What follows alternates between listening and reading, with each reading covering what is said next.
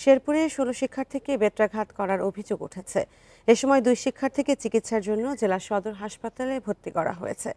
সোমবার জেলা শহরে গোপালবাড়ির ইউনাইটেড স্কুলে ঘটনা ঘটে। অভিভাবকদের অভিযোগ, ইউনাইটেড স্কুলের ৫ম শ্রেণীর শিক্ষার্থীদের পরীক্ষা চলছিল।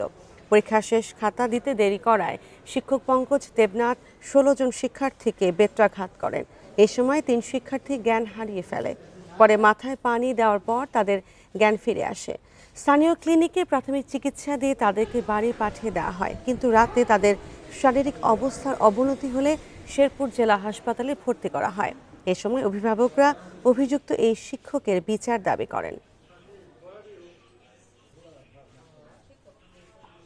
পঙ্কজ মারছে, ওই স্যারে পানি ঢালতেছে আর ম্যাডাম একটা ধরে আছে। পরে যাওয়ার পরে বললাম যে কি হয়েছে, কেউ বলে না কিছু। বললাম কি হয়েছে আন্টি ধান সারে মায়ের অবস্থা করছে, স্যারেরা জিগাইলাম স্যার এভাবে মারাটা কি ঠিক হইলো?